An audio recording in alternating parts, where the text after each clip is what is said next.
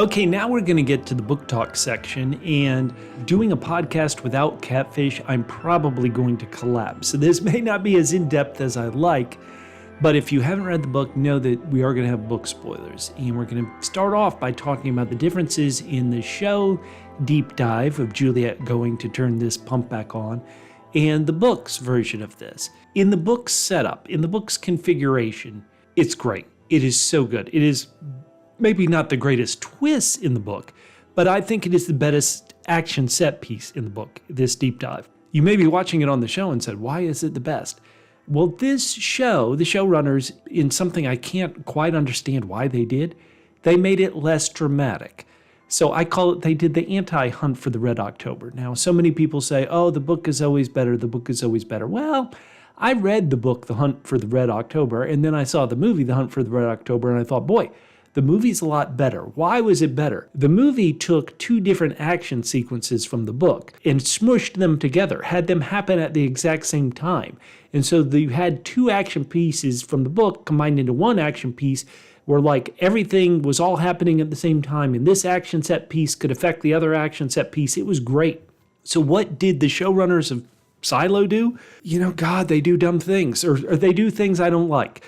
And so in the book Wool, Juliette is doing this dive while in the other silo, there's a war going on, prepare for war. And the Down Deep is being attacked, and the Down Deep is hearing Juliette on a radio. Now, what's different is in the book, Juliette configures a radio system. She's actually wearing like a true diver's helmet in going under. And in this radio, she can communicate back with Solo. That's certainly the safest. The show came up with a bell, but in the book, it's a radio communication.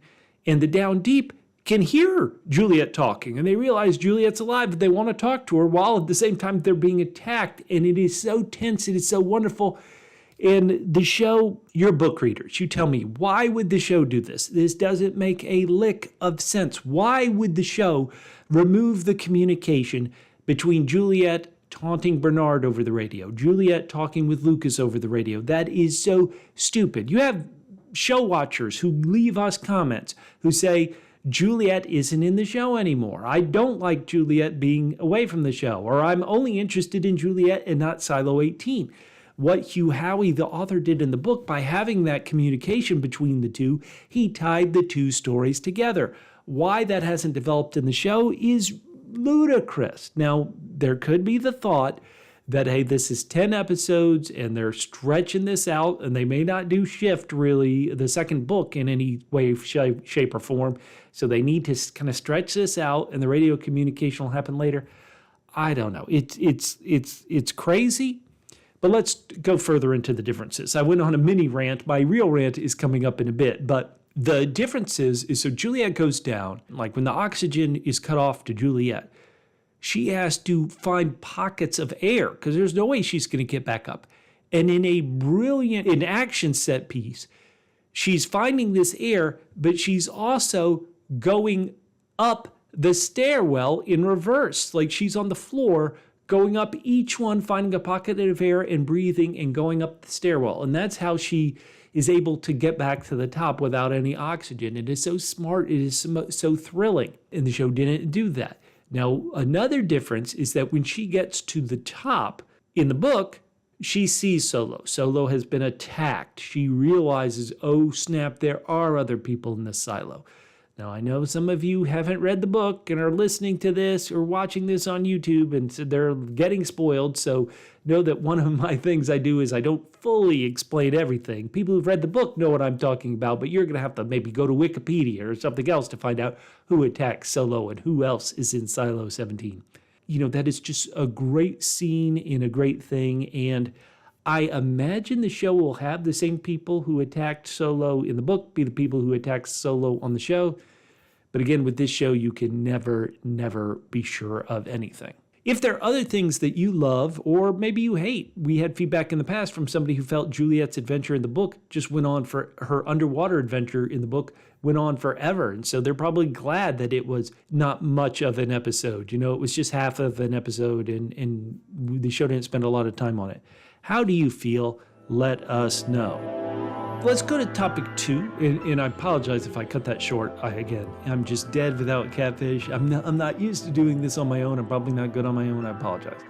Topic number 2 is, does show Bernard no less than book Bernard? And so that really got me thinking this in the scene between Lukas and Bernard when they have their discussion in Lukas is showing his shadow the legacy and all this stuff.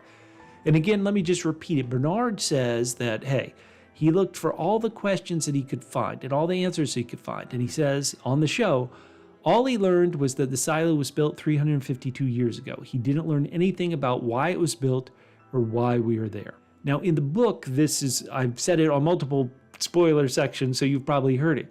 In the book, he kind of leads Lukas to see, Lukas, can you figure this out? And Lukas is like, well, whoever built this silo must have known that this disaster was coming and prepared for it, because to build all this would take a lot of time. And then Lukas slowly realizes, oh, wait a minute, the people who built this silo caused the disaster. And Lukas is like, Bernard is like, yeah, that's exactly it. And that's why Bernard is so frustrated and he hates the founders and all this stuff. And it's so good. And to me, that's the only one of the few moments in the book where Bernard is not a cartoon twirling villain, because the book really doesn't get to his perspective too much.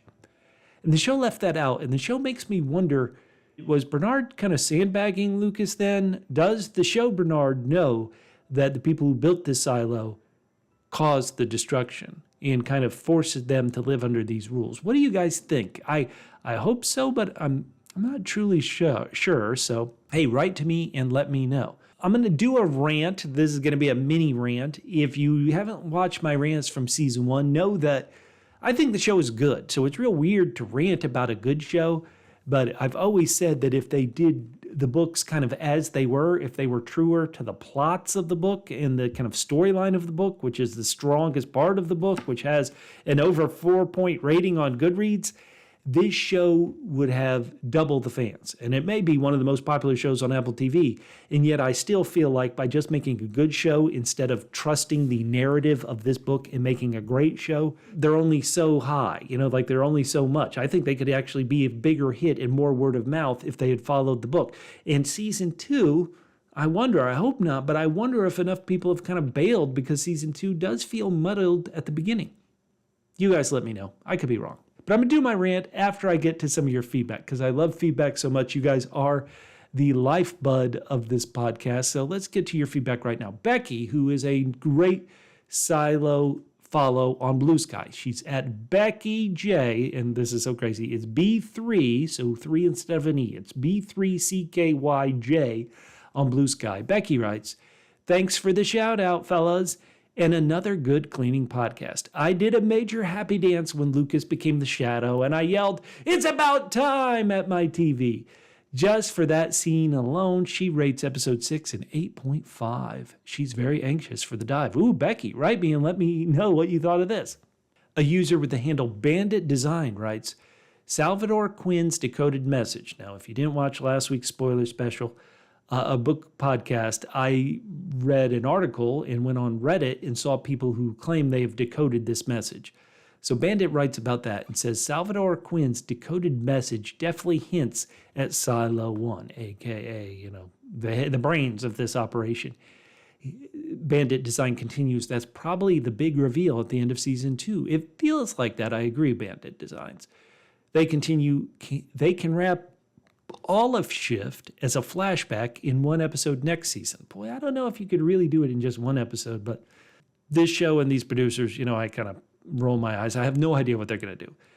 Bandit Design wants them to focus more on the story of Dust, the third and final book in the trilogy in seasons 3 and 4. Hey, that makes a lot of sense. We'll see. I tend to think if you're going to do Shift, you really do, to have it really be worth it, it would have to be more than one episode, but that's just my thought. Well, we'll see what they do. Zombie-talion, a great person to listen to their comments, writes, it's possible that we're going to meet the kids in episode 7. We didn't, but it feels like we'll definitely meet them in 8, don't you think, Zombie-talion? Zombie-talion continues that the meeting may be changed in the show, as the show has changed many things. Thinking that once they start draining Silo 17, it will reveal the tunnel and Juliette will go back that way. Now, Zombie-talion, I think, listened to our spoiler special about the soundtrack. that I think Julia Mayer-Johns did that I think kind of will get you thinking a different way. Anyway, Zombie Italian continues, I think the antibiotic that healed Juliette in what felt like 24 hours is not an antibiotic, but ... will be revealed later.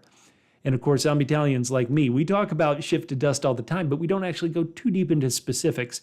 So he's just going to say with Thurman ... And, once again, we know people watch these who haven't read the books. And why we're not just coming out and saying what happens in the books, I don't know, but it's the way I am. And so, call me stupid. I'm sorry.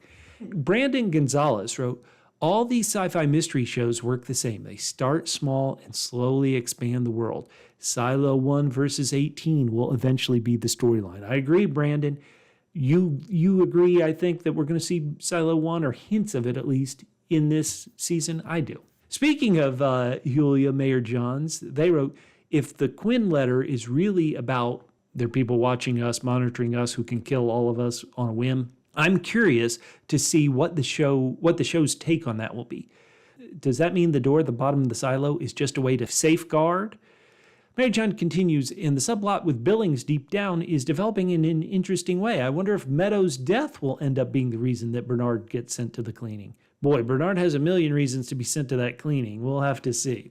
Jacob wrote, I'm hoping there could be some sort of secret agenda involving Lukas when he strings Bernard along and eventually blackmails Bernard to take over the IT department. Boy, this is turning Lukas to be devious. I love it. What if Lukas turns out to be the real bad of the show? Jacob, if the show did that twist, they can do whatever they want, obviously, so we'll see. Jacob continues, Shift would be a great spin-off between Silo, almost like think of it as a season 2.5, where you really flesh it out, where he thinks if it was part of a regular season of Silo, it could maybe be a mess. Last PME writes, the Quinn letter is basically what the book series is about, and that would explain why Judge Meadows suddenly gave up being a shadow to Bernard and started drinking. She started realizing all of this may be pointless if, on a whim, somebody could kill everybody in the silo. I think that's a good thought, last PME. Ed St. John wrote, how is Solo an older man from the time the rebellion happened, but there are children alive in his silo? So, Ed, that feels like a question about the book. This is the way I imagine it went out on the show. Not everybody went out, outside in his silo. And the main door to the outside, meaning the door to the antechamber to the outside, did close completely. So most people did die going outside, but there were a handful of people left. They were always trying to break into the vault and get Solo, but they didn't. But they left for a while, maybe 10 years or so, and they started having children. And then those children lived, 16, 17 years, and they started having kids. And that's how the children are in the silo in the book. And in the show, I'm pretty sure in that first episode of Juliette alone in Silo 17, it did show like water leaking out and a tree growing. So I think you're going to see how the show explains how those kids are. Our final comment is from Blue Sky, and this is Maggie May 50 on Blue Sky. Maggie May, and that's M-A-E, Maggie May on Blue Sky. So Maggie May writes a question to us talking about the very end of the third book, Dust. And she's like, why do the people in Silo 18 kind of do what they do and not do other things? And I wrote to Maggie and I said, boy, I know I mentioned Shift and Dust, but I don't really talk about specifics too much. And Maggie said, give me a break, LOL. You do a whole episode pondering if the show will skip Shift. Well, I do talk about Shift and Dust. I don't get into specifics too much. And so your question is specifically about the very end of the very last book, a specific thing that the people in Silo 18 do. And so what I wrote and said, Maggie, is that I'll talk about this after the last episode this season. I'll get into that. Again, anybody could go on Wikipedia and read what happens at the very end of Dust. Why I'm being so cagey, I don't know. But, it's a stupid thing I am about spoilers. So anyway, that's it. Now let me get to my mini rant. Again, this show is good. But this show, I don't think is a great show. There are faults. I gave this first book 5 stars on Goodreads, meaning I think it's practically perfect. And even as I say that, I can see little things. You could flesh things out more. But I think the narrative and the narrative drive of this book is so great. And this show, I've already gone on a mini rant about why not include the radio of Juliette talking to Bernard and talking to Lukas. That it ties the stories together. It's so smart. Why would you not do it? And if you're going to do it, why wait so long? This season has been kind of a muddled mess. The great thing, the reason why, hey, the order says prepare for war in the book is because the war immediately starts and you're not starting the war. You're doing all this kind of stupid subplot, subquest of the week. Hey, who poisoned the deep down food? That, it kind of works, but it works on a good level. Go great. Start the damn war. We've gone 7 hours and the war still hasn't started. This is insane. And now, once again, maybe it's like we're not going to do shift and we need to stretch the fighting into season 3 because Dust, I comprehend doing Dust and skipping shift and shift not having Solo's backstory. There are reasons why 40 hours of TV, this won't work. I don't care. You have messed up the show. I promise you, I'm not in Apple's bean counters, but I promise you, you have lost viewers in the beginning of season 2 because of this stupid muddle around side quest of the week. And this show should be bigger. This show is very good. You guys have done a lot of good things. Listen to the podcast. I talk about all the good things you do. But your narrative is a mess at times. It is a flat out mess. Tighten it up. Keep it simple, stupid. There's a reason why it says keep it simple, stupid is the phrase. Show, pull it together. I want this show to be great. I am a vain SOB. I went around for a decade telling everybody that if you just did this book as a show, it would be as big as Game of Thrones. You may be the biggest show on Apple TV, but you are in your silo of sci-fi and not a giant worldwide phenomenon like Game of Thrones. Maybe you feel like that's because Apple TV only has so much reach. I say humbug to that in the holiday spirit. I say this show could have been as big if you had friggin' given us that drive, given us that tense, aim big, start the damn war. All right, that's my mini rant. And I give this episode an 8 out of 10. So that's what I'm saying. Give me a 10 out of 10 show. That's what I want. I know you've done it. I know you can do it. Hopefully you give it to me. My name's Bubba. You can find me on all social media at Fit and Trim. That's FITTENTRIM, at Fit and Trim on Twitter. Go to IMDb, look up the movie that I wrote, which was an okay script that became a terrible movie, and then yell at me for being a terrible writer and making mistakes. I understand how, corners have to be cut and things, but she'll give me a 10 out of 10. This book could be a 10 out of 10 almost every episode. Give it to me. I want it. So that's my rant. I'll talk to you guys next week.